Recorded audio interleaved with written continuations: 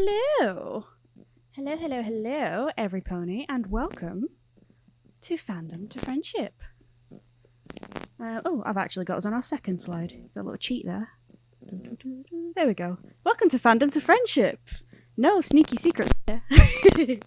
So, I am Amethyst Shade.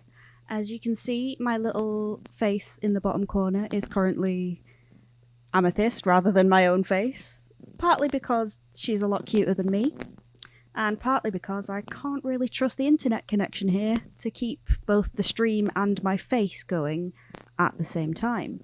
So, there you go. Any chance we can up the volume? That might be me. Okay, let me just up that a bit if I can. How is that? Does that sound better? Oh, that sounds better to me. Okay, I can hear myself, however, so let's just turn that off a bit. There we go, that's better. Right, can y'all hear me now? Is this thing on? Better, cool, right. So, yeah, as I say, I am Amethyst. I am about to give you a nice little looky into the psychology behind the Brony fandom. This phenomenon that is a kids show bringing in all these adult fans. What's that about? Is it Wabbit season? It is not Wabbit season. It's psychology season. So, let me just bring up my doodah. So yes, if I take you back to the slide you weren't supposed to see yet, which is this one.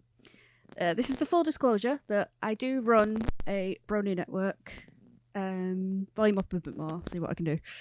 I do run a Brony network called UK Bronies and Pegasisters, but I won't be talking about that until much later on. So I'm gonna take that to one side for a moment, and we're gonna look at the community as a whole first. And then just at the end, I'll give you a little taste of who we are and what we do and why we matter. That's sounding better. Great. Awesome. Right. So, starting again. No, you get the idea. We're good. Right. So, right. Let's get going then, shall we? So, dun dun dun. Why are pony friends so magical? Why are we so much more magical than any other kind of friends? Well, thanks to the internet, it is pretty easy to find other people that are into the same big stuff as you.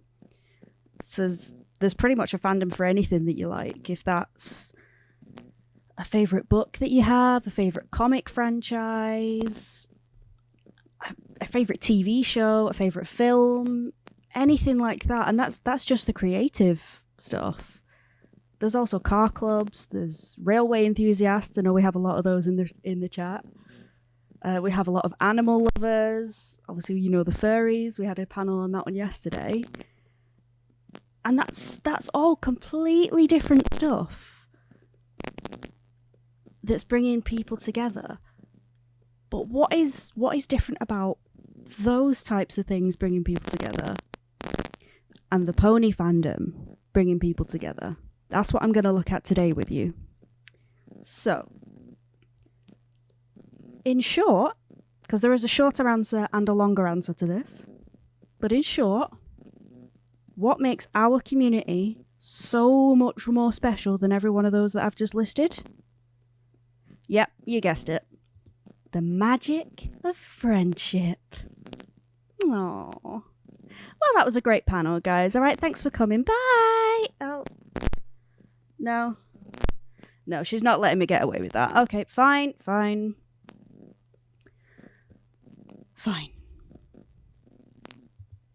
So for the most part then, as I say, these fandoms are made up of a bunch of people who like the same thing.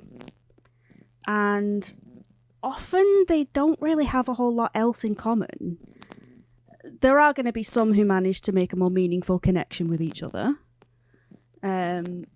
But in the grand scheme of things, it's not that many. It's quite a small percentage of these fandoms that have much else in common other than that one thing that brought them together in the first place.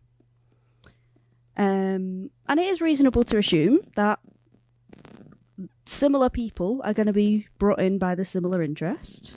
That makes sense. And so you're going to have quite a lot to talk about. Because if you're both really nerdy about this one particular subject, you can talk about it for hours together, days. I mean, I know I can go on and on about some things to the point where no one else in the room cares, but that's not enough to stop me. But as I say, these are in the minority. Whereas, in terms of the pony fandom, that original thing that brought us together in the first place, that actually very quickly becomes a secondary thing. What becomes more important is the fact that we're together in the first place. As I say, it is all about the magic of friendship, but it actually is. Whatever's brought us here to ponies in particular, you can see the examples here, whether it's music that we're all about, or whether we'd like to look at the designs, because a lot of the art around is beautiful. I know a lot of us came into this fandom just on an ironic basis. I know I came in as trying to view Friendship is Magic in the first place, quote unquote, just to see how bad it really is, and then accidentally fell in love with it. I know quite a lot of people for whom that's the same story. And yet, here we are.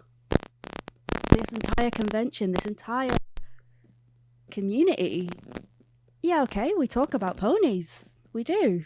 Quite a lot. But there's actually a lot more on than just ponies. We talk about ourselves.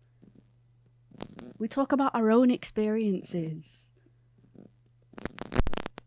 We talk about our own lives, our values.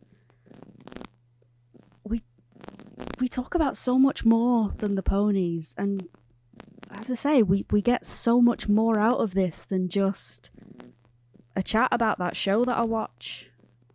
Did you watch this episode? Yeah, I did. Okay, well that's it then. It's friends! That's right. And it is so much more of a personal type of conversation that we are able to have as well. I mean, Best Pony, and I will take absolutely no arguments, this is Best Pony on the screen right now. But Best Pony is not just who's your favourite character in that show. It's an embodiment of your own personal morals and values. It's some pony that you relate to, some pony that you can feel for, even if it's just some pony whose colours that you like best, or I like the shape of her see-through mane. It's still a part of you, it's still an expression of you. And then there's OCs as well, who, if you're anything like me, then a lot of the traits that are coming up on the screen now for Luna, you're about to see quite similar to my OC. So just using her as an example, there is a lot there that is very personal to me, that's very personal to Luna, and that's what makes Luna personal to me. And again, it's a lot of Bronies and Pegasisters have the same story. That's why they connect with certain characters, because they mean so much to us personally. And yeah, because of that, we get to have a much more intimate kind of personal conversation with each other about that kind of thing. It's a lot more revealing about yourself and about each other. And I have to say, as a psychologist, you really can tell a lot about a person by who their best pony is. So that is definitely one side of it, is just simply having a favourite character and why they're your favourite character. But you know, we don't need to talk about this slide. This slide is completely random and doesn't, you know, mean anything. But you know, moving on. But Amethyst, I hear you cry. Loads of fandoms have OCs and their own favourite characters. Well, yeah, random viewer, that is absolutely correct. It is a really common thing to want to place a version of yourself into the world of your favourite universe. But where the pony fandom differs, it's the kind of people who want to do that with Equestria in particular. Why is it Equestria that we want to put ourselves into?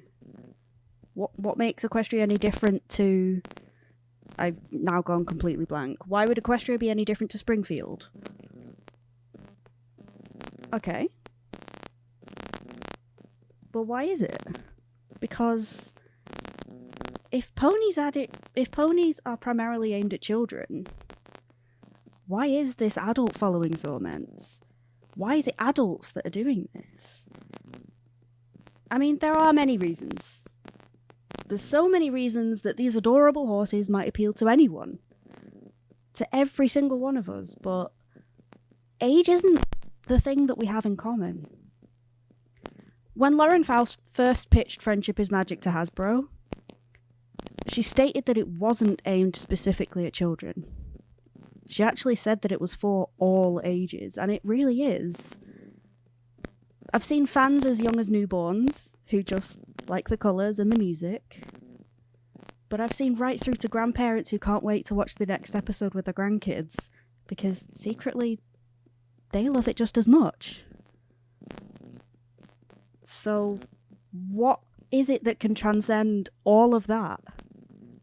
Absolute wide range of ages, backgrounds, abilities, understanding levels, languages. It's actually the message that it teaches. All those simple little life lessons that children need to learn in the first place, but adults need as much of a reminder of that as kids need to learn in the first place. It's that overarching concept of acceptance. And that's acceptance of ourselves as well as other ponies. So every pony is different. Be that ponies in canon or us as bronies and Pegasisters. We're all completely different. We're all special in our own way, as the song goes. And so, as examples of how to be a good brony and Pegasister, how to be a good person, the only times that we ever see racism, sexism, xenophobia, or bullying in Equestria, we also see it challenged. And the antagonist usually learns and grows from the experience. And, as you can see, is rewarded either with a bath or with friendship. And for those of us who have been on the receiving end of similar issues, it's really powerful to see. It is possible to change others' minds on my validity. Don't just give up in the face of adversity, because you're valid, just being you. And you're not alone in that either. Oh, my apologies for the really low resolution photo there. And many of the show's villains see those nasty behaviours and their ways of thinking challenged, up to the point that they completely see the error in their ways and they actually fully reform. Admittedly, as a viewer, I did find that got a bit stale after the first few, but as a counsellor, I have seen the positive impact that can have on a guilty conscience. The idea that no pony is entirely evil, but some of us just make mistakes. Some of us just make bad decisions. That doesn't make us bad people. We can learn and grow from our past selves. And that's something that a lot of people really need in order to try and forgive themselves and live happier, healthier lives. And to be honest, finding all of that from a 22-minute children's show about funny coloured little horses, that's insane. That's brilliant. it's more than anything else that has really happened before it. Nothing else like it has managed to reach that scale. So what I've got up here is socially vulnerable ponies. So generally speaking, it does tend to be the downtrodden of society who find ourselves drawn to these kind of affirmations that we matter and that we're valid and we're accepted. And often that is because we're lacking that feeling elsewhere in our lives. So I'm going to list here just a few of the types of people who can fall into this category as examples that came off the top of my head while I was writing this. Obviously this does not cover everyone, nor should it. But these are just some of the types of categories that came onto the top of my head. So members of the queer community. Still not anywhere near as widely as accepted as we should be, and statistically still face more social rejection than those not within the queer community. People with on the autistic spectrum and with Asperger's can sometimes struggle to pick up on social cues, which makes it more difficult to start and maintain relationships. So making friends in the first place can be quite difficult, and can lead to social anxiety. As the name suggests, sufferers of social anxiety get frightened of social interactions. Even people that they know, but particularly strangers. If we could just skip past that initial meeting part and jump straight into being friends already, that would be awesome. That would be absolutely brilliant. It would help a lot. So people with ADHD and other sensory type of issues can find it difficult to focus their attention for long enough on the same subject to really get anywhere with it. So trying to have a more in-depth conversation about something that you're not really that interested in. Small talk is the worst. I switch off so easily at small talk. I'm just so bad at it because I'm not interested, so my brain just goes, nope. And another common trait of both ADHD and autistic spectrum disorder is that quick and explosive emotional outburst. Just that after that build-up of frustration, it all just kind of comes out. And if that comes out as frustrated anger, that can really frighten a lot of other people off, which again makes it difficult to start and maintain those friendly relationships. People, I touched on this earlier, but people who've been bullied because they're different, and that's not even necessarily a huge thing. It might be as simple as, oh, you're the only one in our class who's got blonde hair. Okay, so? But especially while we're growing up, there's such a vulnerable age, but if it kicks in so young that, no, you're not supposed to be blonde because we all have brown hair. Already, over absolutely nothing, already you're on the back foot, or the back hoof. And it can be really scary to try and meet new people because you don't want to give the possibility of getting targeted again, getting hurt again, just by existing. It's not an easy thing to move past the initial hurdle. I've also put on here sufferers of depression. My own personal catchphrase for depression is, what's the point? Because that is how I personally, it's the same for everyone, but that's personally how my depressive episodes come out. Because any possible thing to try and do, to try and feel better, to try and get out there, what's the point? Well, the point is that you'd find friends, but I won't, so what's the point? And that having that general negative outlook before you even try is just... Depression leads to more depression. Exactly. That's exactly it. And it's so difficult to just put outside for 5 minutes just to try and move out so that you can prove to yourself that you were wrong. It's a very difficult hurdle to try and push past. And complex mental health issues as well. So it's things like bipolar disorder, personality disorders, schizophrenia. When there's that much more going on in your head, that just living a normal day in your head is difficult enough because there's so much going on. The idea of branching out beyond that to try and connect with other people, that's a whole new different level. And especially trying to find other people who can actually understand what you're going through, and are sensitive to that, sympathetic of that, or rather empathetic of that. It's a scary process, and it's a difficult process. Trying to find people that you can trust, that they're not going to judge your weird thought processes or your funny behaviours that you do.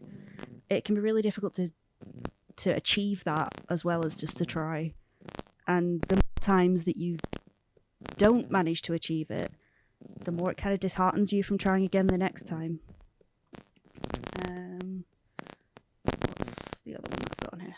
Oh yeah, physical disabilities as well. So if you're finding it logistically difficult to get to a place where people are, you've already got a whole list of barriers in your way before you've even found the people. It might be because you're using a wheelchair and you need to find places that are wheelie accessible, or if you're using a stick, or if you're carrying around an oxygen tank with you that's heavy and so you can't do a bunch of steps and stairs, or you can't go too far from the nearest seat and things like that, or if you can't go too far from the nearest accessible toilet. It's all these things that I realise people who have these disabilities, I know, it's on our heads all the time. No matter where you're going next, okay, I need to know where that's going to be before I actually start that journey. But because you've already got all of that in your head, before you've even found where the people are going to be, that's a lot. That's a lot, and it can be embarrassing as well. Even when you do manage to get there, it can be embarrassing to be the only one who's there. Oh. Mic is popping like crazy. It might be my gain, sorry. Let me turn that down a bit. Is that better? I'm going to need to come closer to the mic if I turn the gain down.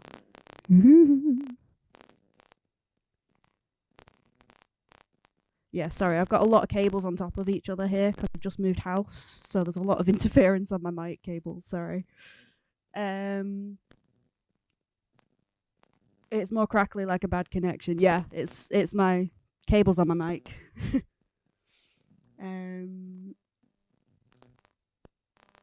Yes, I know it's cracking. Sorry. So, yeah, it can be really embarrassing to be the only person who's at a meet or in the pub or at the cafe or whatever, who has a stick or whatever else, and even without kind of having to talk about it or draw attention to it, it can just be on your mind, and that can just get in the way of you being able to relax. So that's another thing that can absolutely be a thing. But that's what all of these share, is we've just got that thing.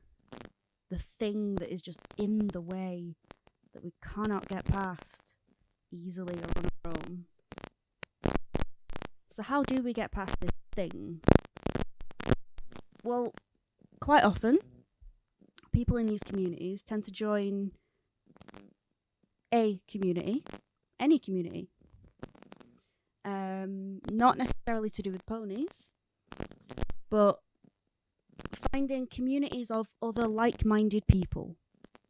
So people who are in their same little bubble because they understand each other. So we've got,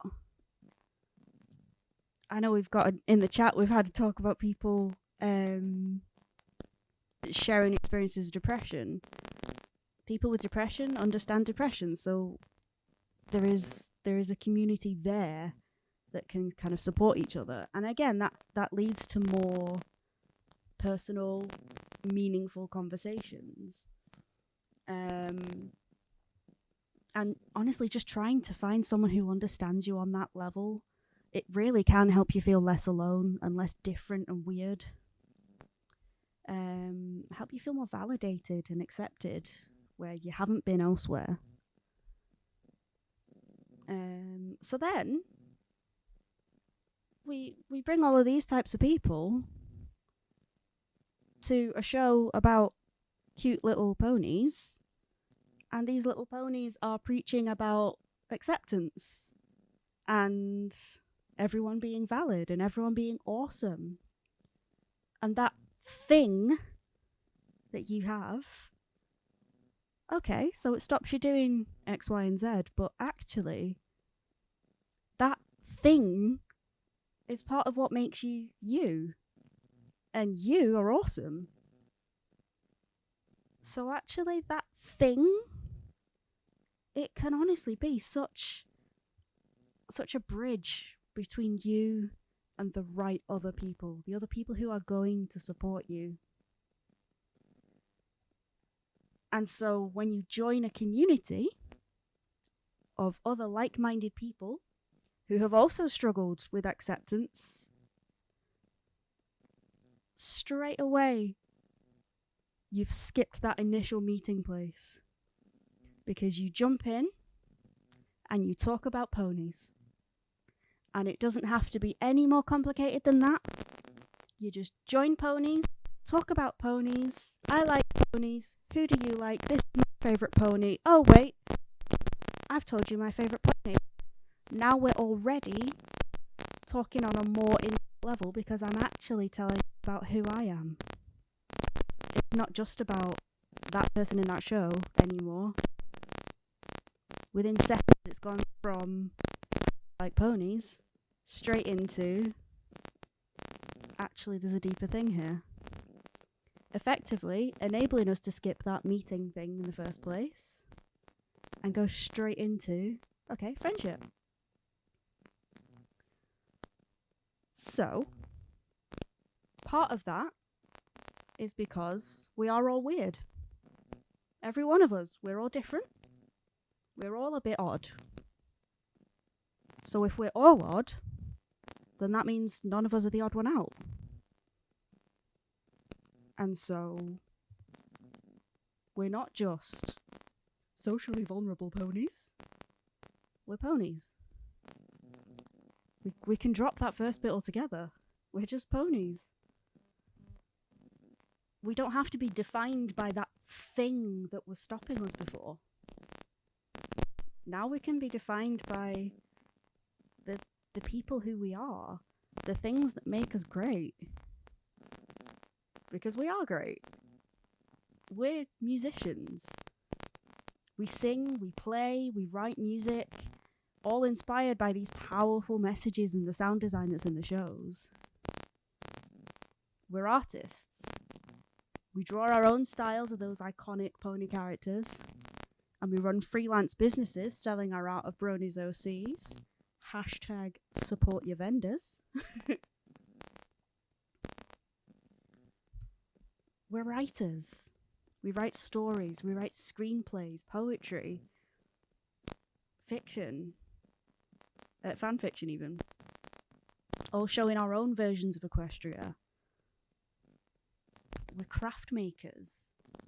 We sew plushies, we embroider clothes, we mould clay figures, we customise existing pony figures, and we run freelance businesses selling our fabulous wares as well.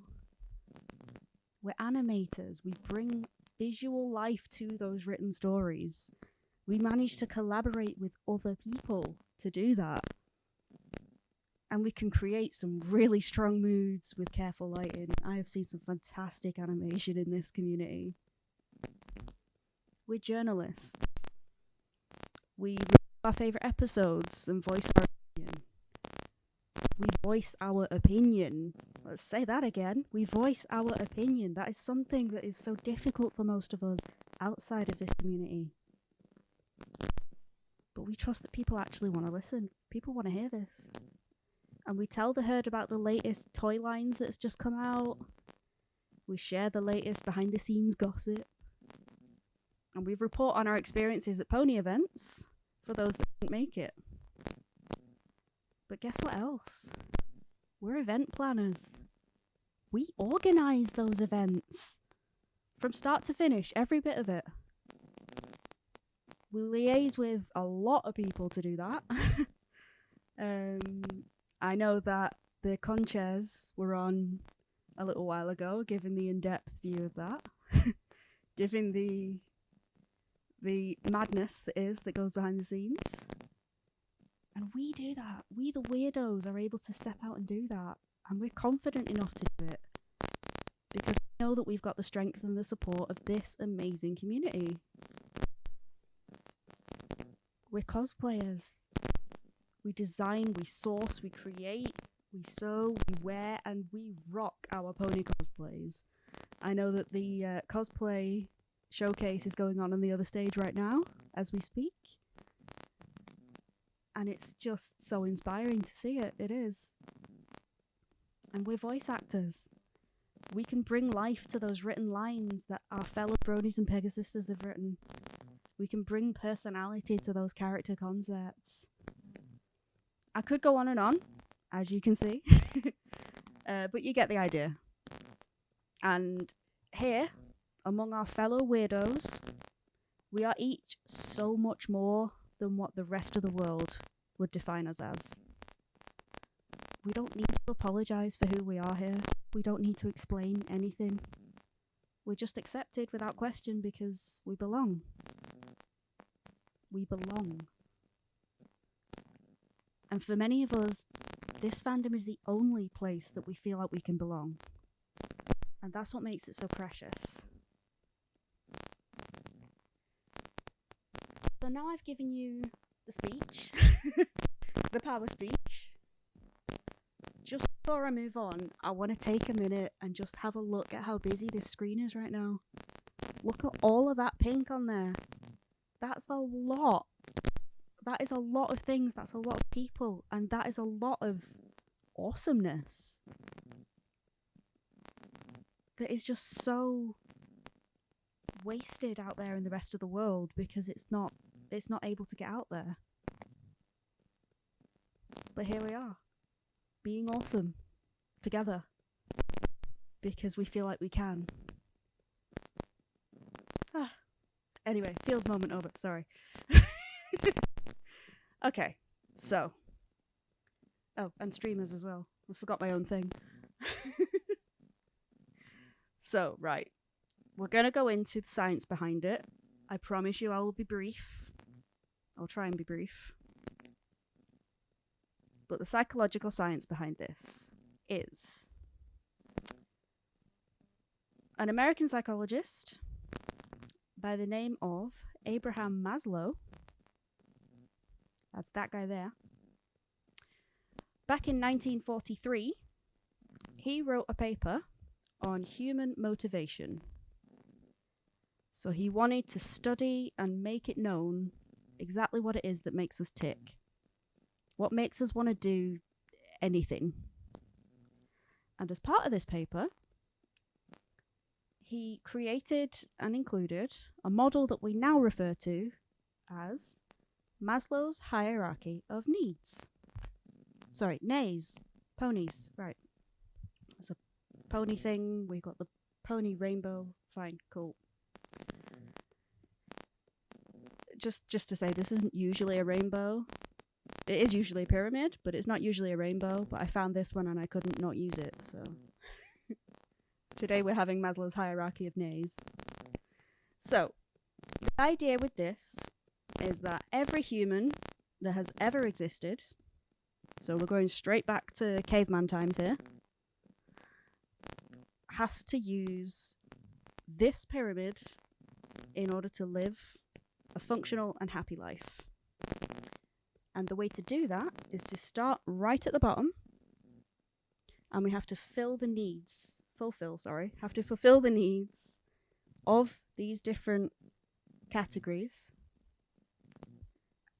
And until we have filled, for example, the red category there, physiological, until we've done that, we cannot move up to safety. So we have to make sure that absolutely everything that can be done to fulfill our physiological needs has been done. So let's have a quick look into what those needs are. Okay, so this is the absolute basics. Super basic. Air, so we can breathe. Water, because as I think it was Umbra said a couple of hours ago, we are 60% water, and we need to keep that up at 60%. We need food, and we need shelter. So,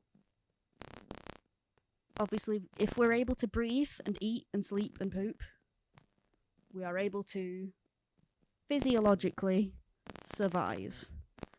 No, I don't know if I could call it living yet, but definitely surviving. Okay, so most of us, I'm pretty sure we've successfully met these needs. Can we all breathe right now? Air is overrated. No, live, no. We can all breathe. Do we all have water nearby? If not, you should have. I don't, but I do have Diet Coke, and that's the next best thing. Have we all had some food today? And are we all under a roof? Or do we have a roof to get under should we need to? Yes, excellent. Right, we've covered that. So we can scribble that bit out and we can move up to safety. Okay, so what's in safety? Security, health, income, resources. So for cavemen, this would have meant things like making sure they weren't going to be easily hunted, making sure they weren't going to get sick or run out of firewood. Obviously, we don't have quite the same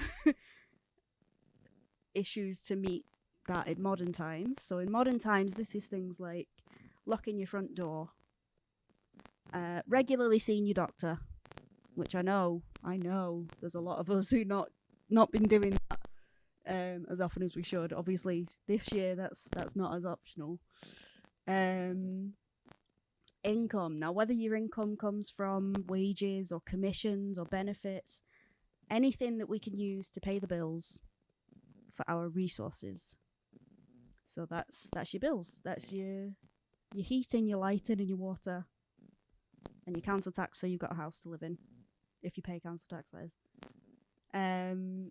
Making sure that you have those set, and that you're not going to lose them tomorrow. So again, I think most of us can probably fulfill this section today, even if it's not as easy as we'd like it to be. I think we've got safety. We've got safety down, so we can move on up to social. Now this is where it gets a little tricky. So, family, friendship, and the sense of belonging. So for a lot of society, this is just as easy to fulfill as the last two were. But for us socially vulnerable ponies,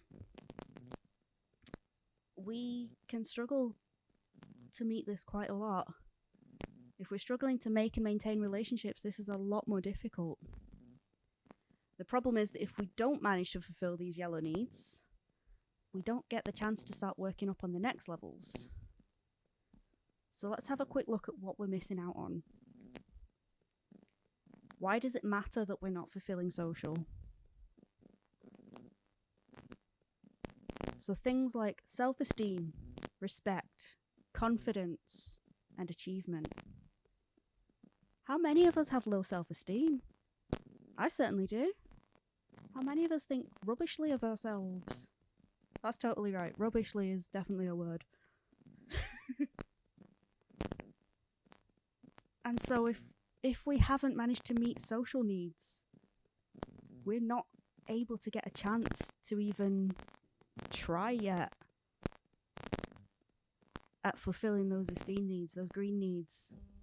And it's no wonder, because we're not wired to.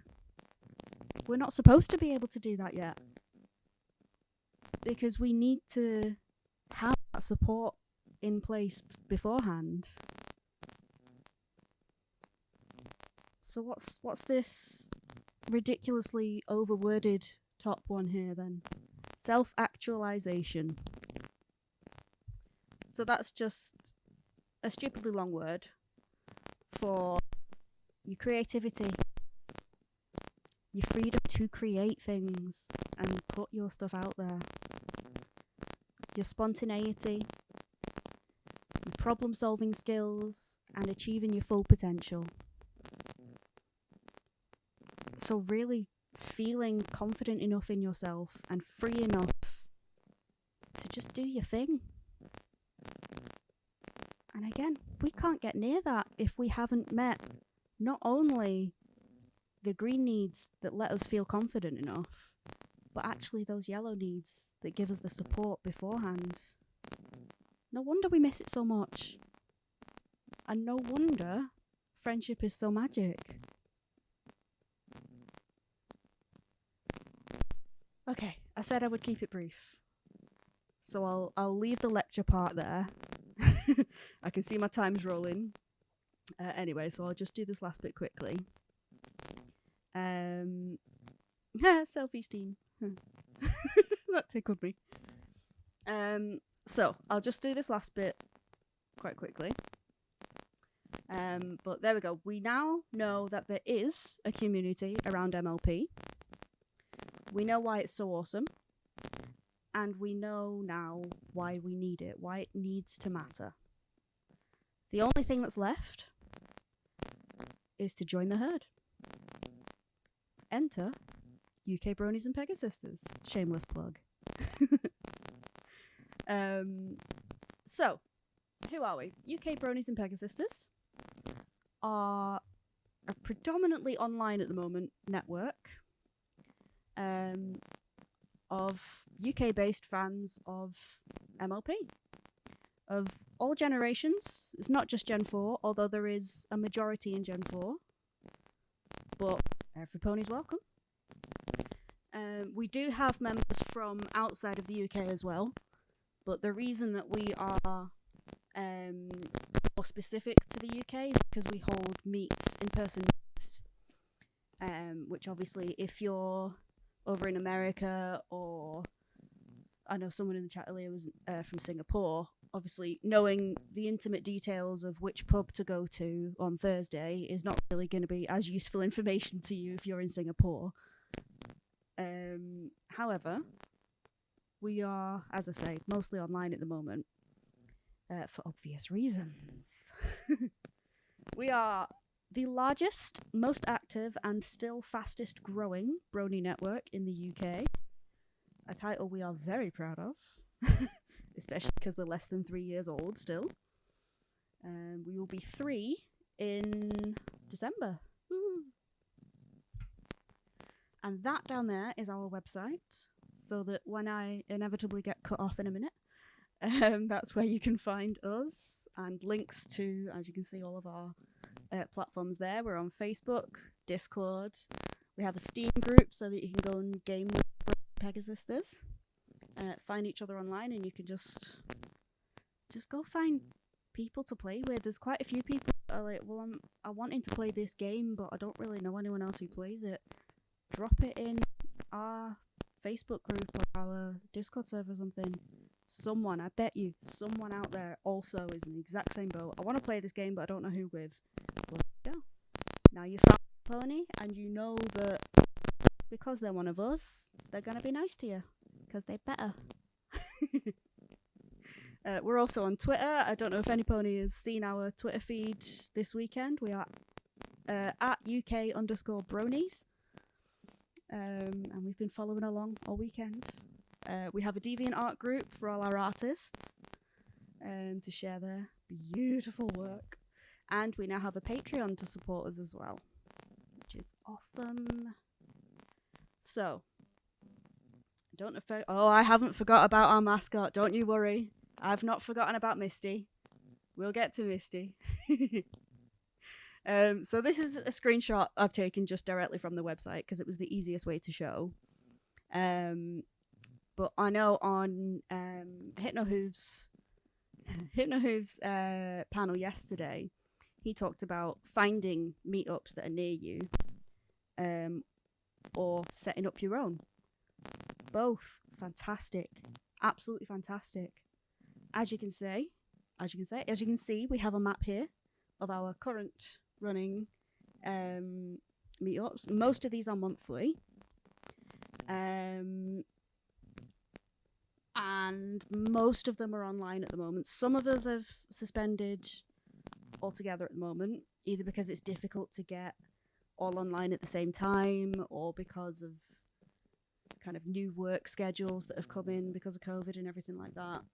But there are definitely some online ones that are still going. And if you come to here and you think, all right, well, there's nothing near me. I know we have quite a few in Oxford right there in that nice hole in the middle between everybody else. We've got a couple in Oxford that are like, well, I want to go to a meet, but there's none near me. Set it up. Absolutely, set it up yourself. Let us know about it. There's the form here on our website. Let us know about it and we will help promote it for you. And we will get as many ponies in there as we can find. Because it is all about support. It's about getting every pony together. That's the whole point.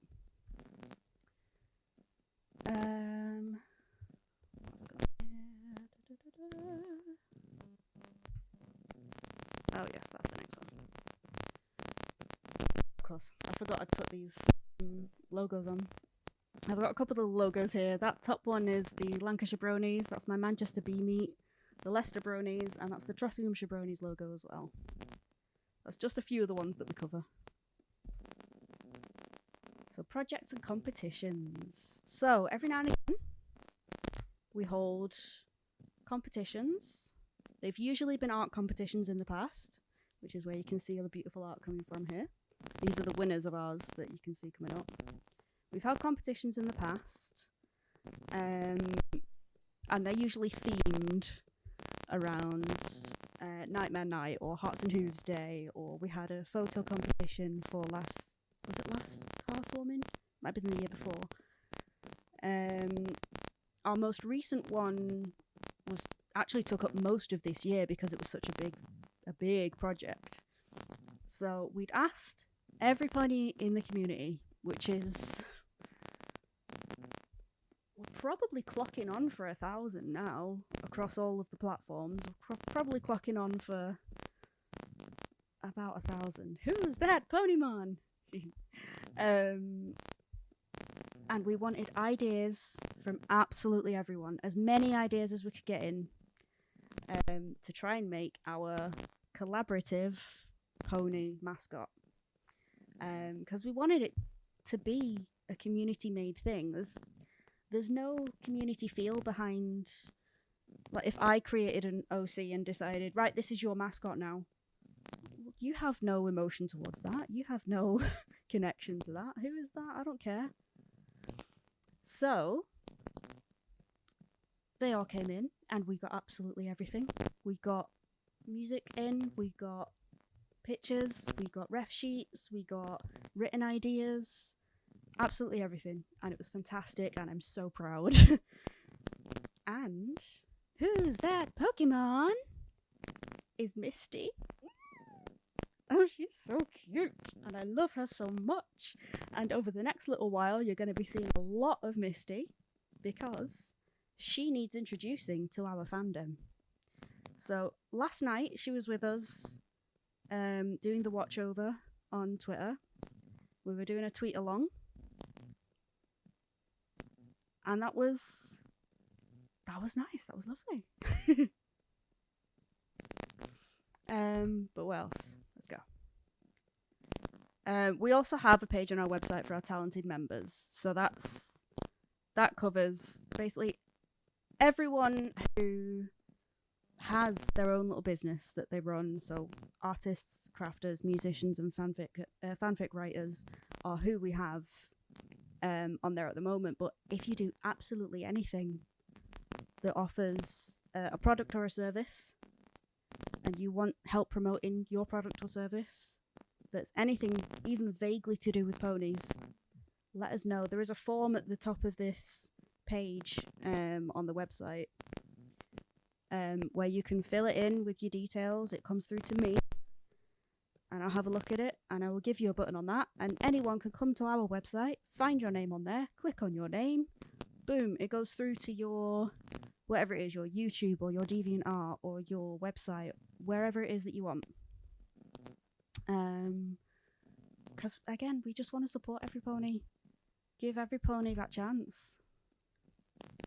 So I'm not sure how much Q&A time we have left because I've kind of eaten up quite a lot of it. But yeah, any questions? I will now, let's move that so I can see what I'm doing. I will now have a quick look in the questions channel. How did you get started in the pony fandom? I started accidentally. As I said earlier, I watched Friendship is Magic, ironically, trying to see just how bad it was, because I assumed that all kids' TV now was terrible. I was gladly wrong. I accidentally fell in love with it straight away. Immediately found seasons 1 to 5 on Netflix and binge watched all of them. And that's all that was on Netflix at the time. And then I went to PonyCon that year, which was 2017. And I fell into the fandom and I haven't left since. That's pretty much it. That's how I got here.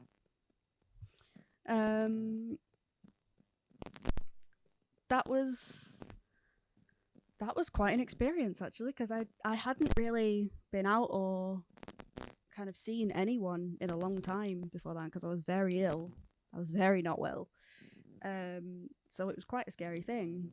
I was not ready for the culture shock between being stuck inside not doing anything into, okay, convention of colours, but it was good. It was a lot of fun. Can I still apply to be a talented member as I'm starting to make pony related music? Absolutely, yes you can. I'd say if you go to our website there, ukbp.org, there's a button over the top somewhere that says our talented members, and there's a form on that website, on that page rather. If you fill that in, it comes through to me and I'll have a look, and if it works and everything, if the link that you send me works, then grand, got a button, happy days, simple as that. And there's no kind of favoritism on whose button goes where or anything like that. I literally squeeze them in wherever anybody's name fits. It's no more special than that.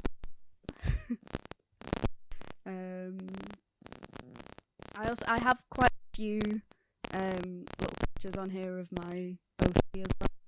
So if anybody wants to know who is responsible for these bits of art, just ask and I'll let you know.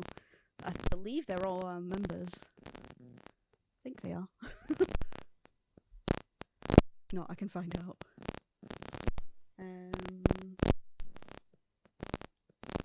But yeah, it was a bit of a baptism of fire, my entrance into the fandom, but I'm glad I'm here. And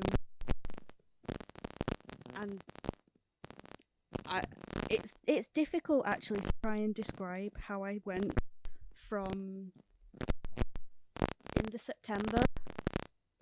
Oh, if your house was on fire, would you save the pictures, the plush, the mangoes, or the Diet Coke? What a question! Oh no. Okay. So my bat pics, I can recover from other sources. So I guess that is covered. Are you optimistic for the next generation after Pony Life? Okay, after Pony Life, Do you know? I think I am.